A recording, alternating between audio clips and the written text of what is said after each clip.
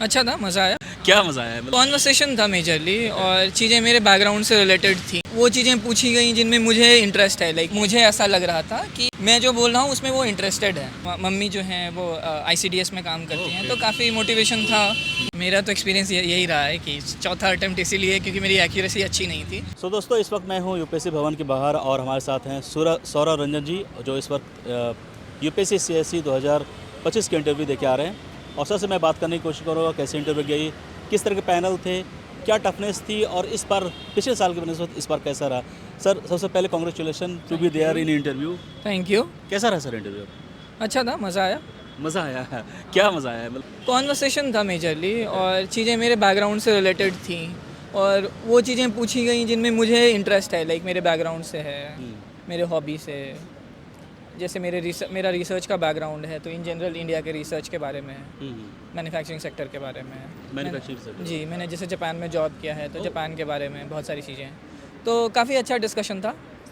और mock interview के comparisons में एक्सपीरियंस काफ़ी अलग था। तो हाँ। अच्छा, मॉक इंटरव्यू के एक्सपीरियंस में ये यहाँ पे काफ़ी डिफरेंट लगा आपको? क्या डिफरेंट लगा मतलब? इससे मतलब बच्चे वो भी देख रहे हैं जो मॉक देते हैं और देने वाले हैं, तो उस डिफरेंस को बताइए। वो ऐसे पैटर्न के बारे में बात करें तो मॉक्स में ऐसा रहता है कि मतलब पॉइंटर्स एनकरेज किए जाते हैं कि आप पॉइंट वाइज चीज़ें बोलते रहो, मतलब जो बहुत मैकेनिकल लगता है और नॉर्मल कॉन्वर्सेशन की तरह नहीं लगता है। मतलब you look like a trained person. यहाँ पे ऐसा था कि जैसे शुरुआत में मैंने, सिंस मैं भी तो ट्रेन होके ही आया था, तो शुरुआत में मैंने कोशिश करी कि मतलब पॉइंटर्स बोलूँ। बट अगेन मतलब उन्होंने इस चीज़ को डिस्करेज किया। मतलब दे वांटेड कि जैसे मैं एक पॉइंट बोलता था, दे वांटेड कि नहीं एक्सप्लेन करो इसको। अच्छा। So one point is enough provided you have like enough you know what you are talking about. तो उसके लिए तो एक ही पॉइंट बोलो, उस पर कॉन्वर्सेशन करो। तो वो जो कॉन्वर्सेशन स्टाइल बातचीत होती है उसको काफ़ी इनकरेज कर रहे थे। एंड मुझे ऐसा लग रहा था कि मैं जो बोल रहा हूँ उसमें वो इंटरेस्टेड है। अच्छा। अब मुझे नहीं पता कि सिंस वो एक्सपीरियंस लोग हैं वो ऐसा प्रिटेंड कर रहे हैं या जेन्युइनली इंटरेस्ट है, तो लेकिन मुझे उनके चेहरों से लग रहा था कि मैं जो बोल रहा हूँ उनमें उनको इंटरेस्ट है, रुचि है। तो बहुत बढ़िया। जी। सर ग्रेजुएशन किस सब्जेक्ट में रही है आपकी? मेरा बीटेक है, metallurgical engineering material science from IIT Bombay. Engineering से फिर आप यूपीएससी में क्या रहा मतलब? ऐसा तो नहीं सारे इंजीनियर्स सिविल सर्विसेज की तरफ आ रहे हैं तो आपको भी लगा, या फिर कुछ पहले से कुछ आपकी मोटिवेशन थी इसको लेके? मतलब कॉलेज के टाइम पे भी, उससे पहले भी, सिंस मेरी मम्मी जो हैं वो आईसीडीएस में काम करती हैं, तो काफ़ी मोटिवेशन था मुझे उससे पहले से भी। और फिर जैसे जैसे आई ग्रू अप, स्टार्टेड सीइंग की चीज़ें अराउंड, मेरे अराउंड चीज़ें कैसे हो रही है, इन जनरल एडमिनिस्ट्रेशन कैसे लोगों की लाइफ को इम्पैक्ट कर रहा है, तो वो मुझे काफ़ी ऐसे ड्राइविंग फोर्स लगा। तो फिर मुझे वही लगा कि मेरा मोटिवेशन जहाँ है शायद मैं वहाँ अपना बेस्ट दे पाऊँगा। ऑल्दो मैं जहाँ काम कर रहा था वहाँ भी अच्छा ही कर रहा था, लेकिन तो ठीक है, मतलब जो करो अच्छे से करो। ह्यूमैनिटीज़ में कितनी दिक्कतें हुई? इंजीनियरिंग से ह्यूमैनिटीज़ पढ़नी होती है यूपीएससी में, जीएस के सारे, इसमें कोई डिफ़िकल्टीज हुई थी आपको? दिक्कतें तो पहला तो वही कि मतलब पर्सपेक्टिव चेंज हुआ काफ़ी। मैं दिक्कत नहीं बोलूँगा, मैं बोलूँगा कि मतलब मेरा पर्सपेक्टिव इवॉल्व हुआ ह्यूमैनिटीज़ पढ़ते हुए। नई चीज़ें सीखी, अपने सोसाइटी के बारे में, सराउंडिंग के बारे में जाना, तो अच्छा लगा मतलब बेसिकली। सर स्कूलिंग के बारे में थोड़ा जानना चाहूँगा। आपने बोर्ड कब की, कैसा रहा स्कूल, एकेडमिक परफॉर्मेंस कैसी रही आपकी? मेरा एकेडमिक परफॉर्मेंस तो अच्छा ही रहा है। मैं अपने home town Don Bosco school से था, पूर्णिया। उसके बाद फिर मैंने पूर्णिया से ही अपना 12th ही किया। फिर मैं आईआईटी बॉम्बे गया, वहाँ भी अच्छा ही था। मतलब फिर जॉब करी 4 साल। जापान में जॉब करी? जी। किस कंपनी में थे और फिर जापान से फिर यहाँ पे आना मतलब? मैं मुराता मैन्युफैक्चरिंग में था, फुकुशिमा में रहता था मैं। अच्छा। और 4 साल उधर रहा, फिर यहाँ।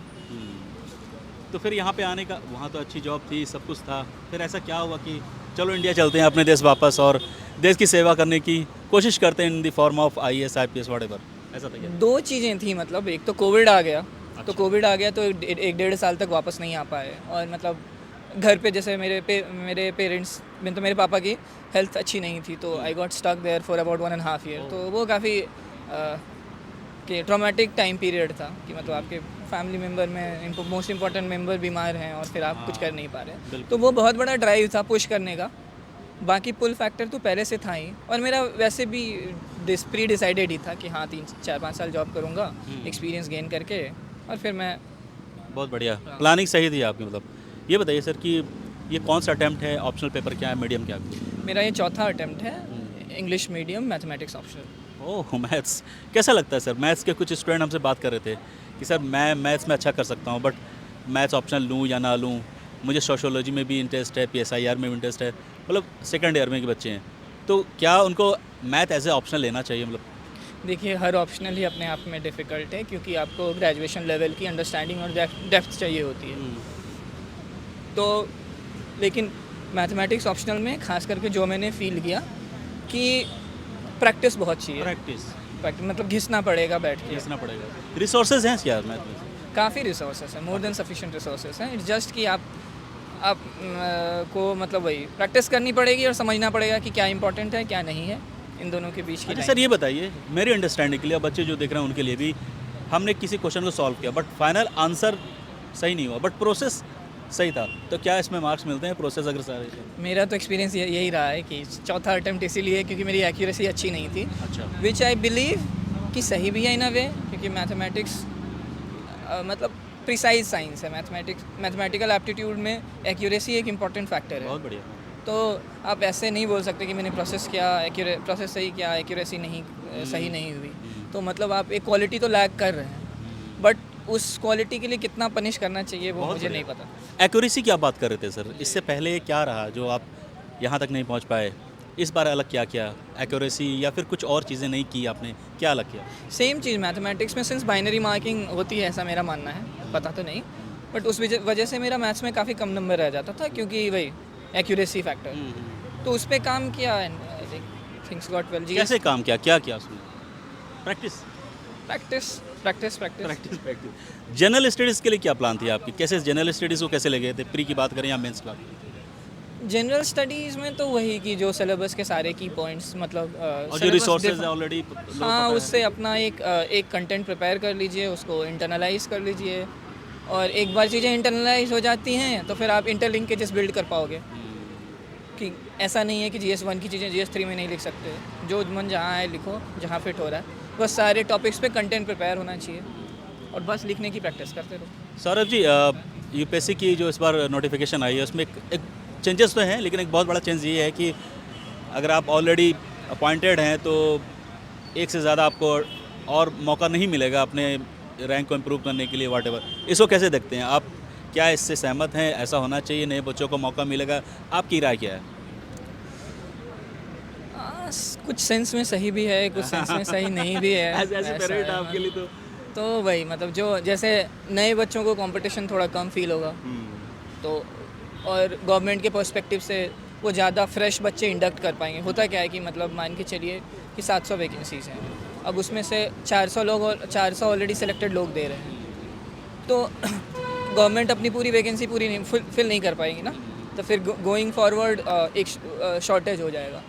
लेकिन दूसरा साइड ये है कि जो बच्चे ऑलरेडी सिलेक्टेड हैं उनका एस्पिरेशन कुछ और है, तो उन पे लिमिटेशन है, तो मतलब वो फ्रीडम ऑफ चॉइस पे लिमिटेशन है। तो इन दोनों के बीच का मध्यम मार्ग यही है कि चांस दीजिए बट लिमिटेड चांस दीजिए, तो वही किया यूपीएससी ने। सर आपने कोई कोचिंग वगैरह ली थी, सेल्फ स्टडी किया था, क्या था प्रोसेस आपके? मैंने ऐसे फॉर्मली कोचिंग नहीं ली, बट मेरा ऐसे मिक्स्ड था। मतलब मैंने यूज़ बेस पे जहाँ जो ज़रूरत लगी रिसोर्सेज की वो एक्सेस किया। फॉर एग्जांपल ऑप्शनल के लिए कुछ टॉपिक्स में, नॉट एंटायरली, कुछ टॉपिक्स में मैंने हेल्प ली। मतलब मतलब जहाँ पे आप लैग कर रहे थे, हाँ, वहाँ पे आपने उसको फिल करने के लिए चीज़ों को एडजस्ट किया अपने और हिसाब से? जीएस में भी सेम था कि मतलब जहाँ पे लगा, जैसे कंटेंट बिल्डिंग में मुझे हेल्प चाहिए था तो वहाँ पे मैंने लिया हेल्प। जो बेसिक्स होते हैं बुक्स पढ़ने के लिए या क्लासेस की ज़रूरत मुझे नहीं लगी तो वहाँ नहीं लिया। मतलब ऐसा ही था, मेरा थोड़ा फ्लेक्सिबल था। सर ह्यूमैनिटीज़ के कुछ स्टूडेंट हैं जो आजकल इंजीनियर से काफ़ी डरे हुए हैं कि इंजीनियर्स आ रहे हैं इस प्रोसेस में, तो उनकी कॉन्फिडेंस लेवल कम हो रही है, बट मुझे ऐसा लगता है कि ऐसा नहीं है। अगर आप ह्यूमैनिटीज़ के हैं और आपको भी वही चीज़ पढ़ना है जो आपको पढ़ना है, आप इंजीनियर होके ह्यूमैनिटीज़ पढ़ रहे हो, बायोलॉजी पढ़नी है, साइंस ही पढ़नी है, हर एक चीज़ पढ़नी है, तो इसको कैसे देखते हैं? ऐसे स्टूडेंट जो देख रहे हैं उनके लिए आपकी तरफ से क्या मैसेज है जो ह्यूमैनिटीज़ के लिए? दो बातें हैं। पहला कि इंजीनियरिंग स्टूडेंट्स को क्यों अलाउ करता है, तो वही है कि जॉब में डाइवर्सिटी चाहिए, मतलब Diversity हर चाहिए। हर बैकग्राउंड के लोग चाहिए, तभी मतलब एडमिनिस्ट्रेशन इम्प्रूव होगा, बिल्कुल। अच्छा हो पाएगा। तो वो तो एक इसेंशियल चीज़ है। दूसरी चीज़ है कि मुझे लगता है ह्यूमैनिटीज़ के बच्चे जो भी हैं, मतलब उन्हें तो एक एडवांटेज है ना, क्योंकि उन्होंने 11th-12th ग्रेजुएशन में वो किया। सब्जेक्ट्स पढ़े हैं, तो एक बेटर एज है। उनके पास तो ऐसा कुछ ज़्यादा जब कॉम्पिटिशन कहते हैं कि मैथ्स के जो इंजीनियर होते हैं उनकी एनालिटिकल स्किल्स अच्छी होती है, वो कहीं ना कहीं ओवरऑल प्रिपरेशन में काम आती है, इवन इंटरव्यू में भी जिस तरह से एक होता है ना। मुझे लगता है ह्यूमैनिटीज़ वाले बच्चों की एनालिटिकल स्किल ज़्यादा अच्छी होती है। क्यों? हाँ, क्योंकि मतलब साइंस सब्जेक्ट बहुत रोट लर्निंग बेस्ड है ऑनेस्टली, मतलब साइंस में ज़्यादा रटना पड़ता है Correct. Compare to humanities. तो उनकी एनालिटिकल स्किल मुझे लगता है ज़्यादा है, क्योंकि उन्हें डाइवर्स चीज़ें एनालाइज करनी पड़ती हैं। सोशल पैटर्न्स हो गया, दुनिया में क्या चल रहा है उसको एनालाइज करना, उसको रिलेट करना, laws, rules, regulation, administration. I think humanities is much more analytical compare to science. Sir आपकी 4 साल की जो जर्नी है, एक्सपीरियंस है, उसका एक हम निचोड़ माने जिस्ट स्टूडेंट को अगर हम बताएं कि आपके अपने एक्सपीरियंस के हिसाब से बच्चों को इस वक्त यूपीएससी की प्रिपरेशन किन किन बातों का ध्यान रखें, वैसे स्टूडेंट जो यूपीएससी सीएससी प्री देने वाले हैं 2026 के लिए, कुछ बहुत ही इंपॉर्टेंट पॉइंट जो आपके एक्सपीरियंस के हिसाब से बेसिकली एक जापानीज कॉन्सेप्ट होता है कॉल्ड काइजेन। अच्छा। Kai means circle, zen means to go up. तो मुझे आपको अगर ऊपर जाना है तो आपको सर्कुलर मैनर में कंटिन्यूस इम्प्रूवमेंट करना पड़ेगा। तो आप वही कि पढ़ो, टेस्ट दो, देखो कहाँ लूप होल्स हैं, उसको प्लग इन करो। ऐसे करते करते बाय द टाइम एग्ज़ाम आएगा आप मतलब कॉम्पिटेंट इनफ हो जाओगे। और दूसरी चीज़ है कि मतलब हेल्थ का ध्यान रखो, मतलब हेल्थ का ध्यान रखो। हेल्थ का ध्यान रखो, खाओ पियो, मतलब क्लीन खाओ, एक्सरसाइज करो। और तीसरी चीज़ फैमिली के कांटेक्ट में रहो, माँ बाप से बातें करते रहो। बहुत बढ़िया। सर आपकी फैमिली में कौन कौन है? जैसे आपने बताया फादर की तबीयत ख़राब थी, प्रॉब्लम थी, फैमिली में कौन कौन है सर? और आप कहाँ से हैं? मैं पूर्णिया बिहार बिहार, से मेरा घर है ग्राम पंचायत काजी। मैं पटना से हूँ। जी, तो वहाँ से हूँ मैं। मेरी मम्मी है, पापा हैं फ़िलहाल। अच्छा। मेरे भाई बहन हैं, दोनों मैरिड हैं। पापा क्या करते हैं सर? पापा मेरे LIC एजेंट हैं। और फिलहाल मेरे मम्मी पापा का ध्यान मेरी दीदी ही रख रही हैं, तो बहुत बढ़िया। पास में। चलिए, thank you very much Saurabh, wish you all the best. आप बहुत ही कॉन्फिडेंट और एक जो ब्यूरोक्रेट्स जो होते हैं उनकी जो क्वालिटीज़ उनमें होनी चाहिए वो आप में दिख रही है। ये मेरी एक्सपीरियंस है कि मैं बच्चों को मेंटोर करता हूँ, गाइड करता हूँ, और जब हम किसी से बात करते हैं पता चल जाता है कौन क्या है। So wish you all the best thank you so and I much. want to have one more interview after your selection when I will see you in Holly PDF. Wish you all the best. God bless you. Thank you Thanks. So Thanks. Much. मेरे भाई बहन हैं, दोनों married हैं। पापा क्या करते हैं सर? पापा मेरे LIC एजेंट हैं। और फिलहाल मेरे मम्मी पापा का ध्यान मेरी दीदी ही रख रही हैं, तो बहुत बढ़िया। पास में। चलिए, thank you very much Saurabh, wish you all the best. आप बहुत ही कॉन्फिडेंट और एक जो ब्यूरोक्रेट्स जो होते हैं उनकी जो क्वालिटीज़ उनमें होनी चाहिए वो आप में दिख रही है। ये मेरी एक्सपीरियंस है कि मैं बच्चों को मेंटोर करता हूँ, गाइड करता हूँ, और जब हम किसी से बात करते हैं पता चल जाता है कौन क्या है। So wish you all the best thank you so and I much. want to have one more interview after your selection when I will see you in Holly PDF. Wish you all the best. God bless you. Thank you Thanks. So Thanks. Much.